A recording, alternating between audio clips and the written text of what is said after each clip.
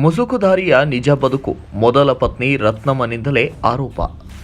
ಧರ್ಮಸ್ಥಳ ಪ್ರಕರಣದ ನೂರಾರು ಮೃತದೇಹ ಹೂತು ಹಾಕಿದ ಪ್ರಕರಣಕ್ಕೆ ಸಂಬಂಧಿಸಿದಂತೆ ದೂರುದಾರ ಮುಸುಕುಧಾರಿಯ ನಿಜ ಬದುಕು ಆತನ ಮೊದಲ ಪತ್ನಿ ರತ್ನಮ್ಮನಿಂದಲೇ ಬಯಲಾಗಿದೆ.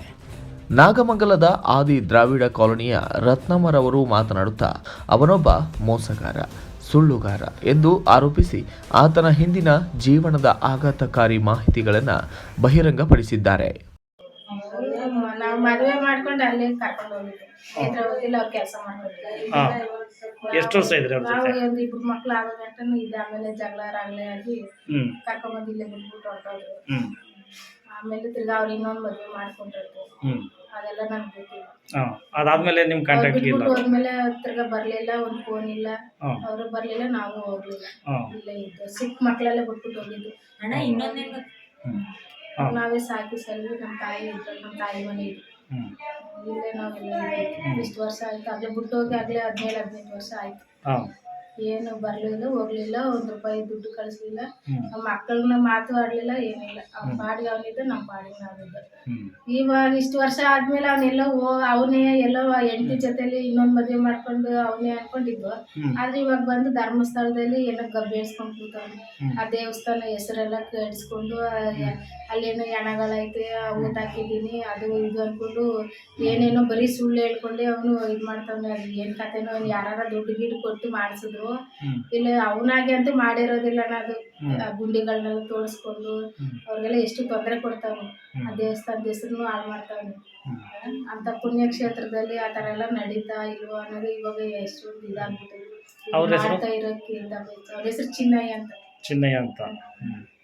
ಈಗ ಮದುವೆ ಹೋದ್ಮೇಲೆ ಇಲ್ಲಿ ತನಕ ನಿಮ್ಗೆ ಒಂದಿನನೂ ಇಲ್ಲ? ಮದುವೆ ಆಗಿ ಒಂದಿಬ್ರ ಮಕ್ಳು ಆಗೋ ಗಂಟ ಅಲ್ಲೇ ಇದೆ. ಅಂಥದ್ರಲ್ಲೂ ಜಗಳ ರಾಗಲೆ, ಹೊಡೆಯೋದು ಬಡಿಯೋದು ಎಲ್ಲ ಮಾಡ್ಕೊಂಡು ಅಲ್ಲೇ ಜೀವನ ಮಾಡ್ಕೊಂಡಿದ್ದೆ. ಆಮೇಲೆ ಅವ್ನು ಇಲ್ಲೇ ಕರ್ಕೊಂಡ್ಬಂದು ಇಲ್ಲೂ ಹೊಡೆದು ಬಡ್ದು ಎಲ್ಲ ನಮ್ಮ ಫ್ಯಾಮಿಲಿನೆಲ್ಲ ಬಾಯಿಗೆ ಬಂದಂಗೆಲ್ಲ ಬೈದು ಕಿತಾಪತಿ ಮಾಡ್ಕೊಂಡು ಬಿಟ್ಬಿಟ್ಟು ಹೋದವನು. ಬರ್ತಾನೆ ಅಂದ್ಕೊಂಡು ನಾನು ಕಾಯ್ಕೊಂಡಿದ್ದೆ. ಇವತ್ತು ಬರ್ತಾನೆ, ನಾನು ಬರ್ತಾನೆ. ಬರಲೇ ಇಲ್ಲ. 1 ವರ್ಷ ಕಳೆದ್ರು ಬರಲೇ ಇಲ್ಲ. ಆಮೇಲೆ ಮದುವೆ ಆಗೋದು ಅಂತ ಗೊತ್ತಾಯ್ತು. ಆಮೇಲೆ ನಾನು ಕೋರ್ಟ್ಗೆಲ್ಲ ಕೇಸ್ ಹಾಕಿದೆ. ಜೀವನಾಂಶಕರ ಏನಾರು ಕೊಡಲಿ ಅಂತ. ಅಲ್ಲೇ ಏನು ಹೇಳ್ಬಿಟ್ಟೆ ಕೋರ್ಟಲ್ಲಿ, ನನಗೆ ಯಾವ ಕೆಲಸನೂ ಇಲ್ಲ, ಏನಿಲ್ಲ. ನಾನು ದೇವಸ್ಥಾನದಲ್ಲೇ ಕೆಲಸ ಮಾಡ್ಕೊಂಡು ಅಲ್ಲೇ ಮಲಿಕೋತೀನಿ. ಅವ್ರು ಕೂಡ ಊಟ ಮಾಡ್ಕೊಂಡು ಅಲ್ಲೇ ಇದ್ದೀನಿ. ನನಗೇನು ಮನೆ ಮಠ ಏನೂ ಇಲ್ಲ, ಆಸ್ತಿ ಪಾಸ್ತಿ ಏನಿಲ್ಲ. ನಾನು ಹೆಂಗೆ ಜೀವನಾಂಶ ಕೊಡಲಿ ಅಂತ ಹೇಳ್ಬಿಟ್ಟು ಲಾಯರ್ ಹತ್ರ ಇದು ಜಡ್ಜ್ ಹತ್ರ. ಆಮೇಲೆ ಅಲ್ಲಿಗೆ ಅವನ ಹಂಗೆ ಹೋದ. ನಾನು ಇಲ್ಲಿಗೆ ಹಿಂಗೆ ಬಂದೆ. ಆ ಥರ ಇನ್ನು ತಿರ್ಗಿ ಅವನಿಗೂ ನನಗೆ ಯಾವ ಕಾಂಟ್ಯಾಕ್ಟು ಇಲ್ಲ, ಏನಿಲ್ಲ. ನನ್ನ ಮಗಳ ಮದುವೆ ಮಾಡಿದೆ. ಅವ್ರಿಗೆ ಪತ್ರಿಕೆಯಲ್ಲಿ ಒಂದು ಹೆಸರು ಹಾಕ್ದೆ ಅಷ್ಟೇ. ಈಗ ಅವನ ತಾನೇ ಮಕ್ಕಳು ನೆಡ್ಸಿದ್ದು. ಅಪ್ಪ ಅನ್ನೋದಕ್ಕೋಸ್ಕರ ಒಂದು ಹೆಸರು ಹಾಕಿದೆ, ಕರೀಲಿಲ್ಲ, ಏನು. ಇಲ್ಲಿಯವರೆಗೂ ಆತನ ಜೊತೆ ನನ್ನ ಸಂಬಂಧವಿರುವುದಿಲ್ಲ ಎಂದರು. ಅವನು ಇದುವರೆಗೂ ನನ್ನನ್ನಾಗಲಿ ಮಕ್ಕಳನ್ನಾಗಲಿ ನೋಡಲು ಬಂದಿರುವುದಿಲ್ಲ, ನಾನು ಸಹ ಹೋಗಿರುವುದಿಲ್ಲ. ಈಗ ಧರ್ಮಸ್ಥಳದ ಹೆಸರನ್ನ ಹೇಳಿ ವೀರೇಂದ್ರ ಹೆಗಡೆಯವರಿಗೆ ಕೆಟ್ಟ ಹೆಸರು ಬರುವಂತೆ ಮಾಡುತ್ತಿದ್ದಾನೆ. ಧರ್ಮಸ್ಥಳದ ಹೆಸರಿಗೆ ಕೆಟ್ಟ ಹೆಸರು ಬರಲು ಹಣದ ಆಮಿಷಕ್ಕೆ ಬಿದ್ದಿದ್ದಾನೆ.